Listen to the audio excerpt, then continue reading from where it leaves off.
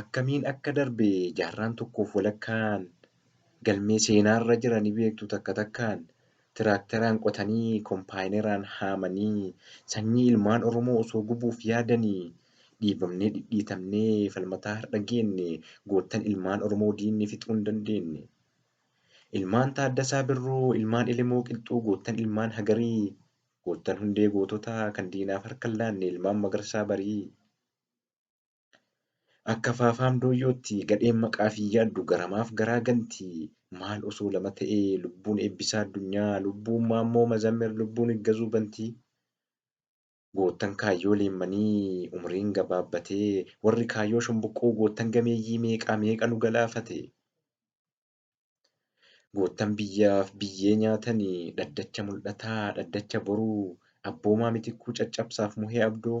Goottan diina garaa raasanii Koloneel Aliyyii Cirrii, Huseen Bunee, Jeneraal Waaqoo Guutuu, Haaji Hasan Turee fi Haaji Aadam Saaddoo.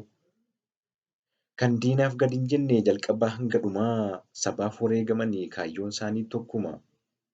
Amantiin waliin hirree kutaaf lagaan qoodanii kan dhiigaan walitti hidhu Oromummaan boonanii.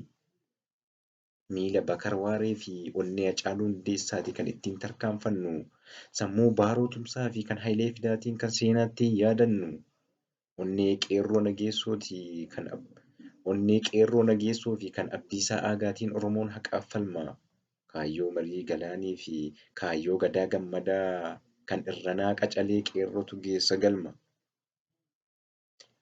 Dheessinee jalaan baanu duuti silaa dhalootaa akka Mustafaa Huseen ajjeesanii du'uudha yoo du'an du'a goota. Jireenya du'aa gadii jiraachuun maal nuu godha akka eebbisaa addunyaa sabaaf wareegamuudha. Jireenya hiika hin qabne jiraachuun maal nuu godha akka Usmaayyoo Muusaa lubbuu laman dhalanneen haqa Oromoof falmuudha. Goota du'aa fi jiruu adda baasuu dadhabne himnee fixuu hin dandeenyu osoo galmee goototaa irraa himuu jalqabne.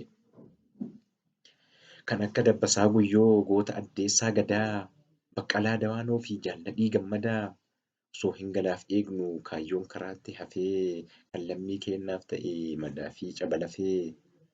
Goottan diinaaf bowwoo mataa du'aaf jireenya wallaallee du'an jennee beekneen boonne arginee reeffan awwaalle. Guyyaan nutti bitaacha'us du'aaf jiruu isaanii shakkaa yaadannoon keenya isaanii hin dagannu gaafa takkaa. Gaafa tokko galmaan geenna kaayyoo jaraa baanneen ciisnu waan hafetu hafa malee seenaa gootaa himuun dhiisnu. Osoo hiddi ciramu warra qabsoo hadhaa'aa lafeef dhiigaan magarse lubbuu ofii wareegee warra kaayyoo Oromoo abaabayyuu irraa fuudhee akaakayyuuf dabarse. Kan jiruuf jireenya isaa ijoollummaarraa kaasee bosona keessa ta'e kan osoo haqaaf falmu lafeef dhiigni qulqulluun dacheerra dhangala'e.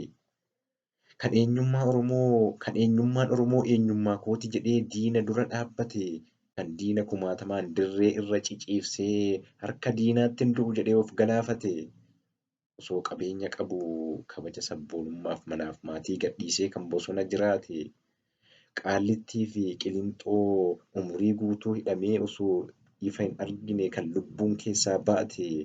Kan qabsoo galmaan gahuu fi bosonuun fira ta'ee harca'aa baalaa nyaate. Kan beelaaf dheebuun gubee qaama isaa daalacheesse aduuf qorri fuula isaa fowwaddamaa fakkeesse. Kan irbuu shinnigaatti murtii harka diinaa seene kan Oromoof falmatee Oromummaaf maseene.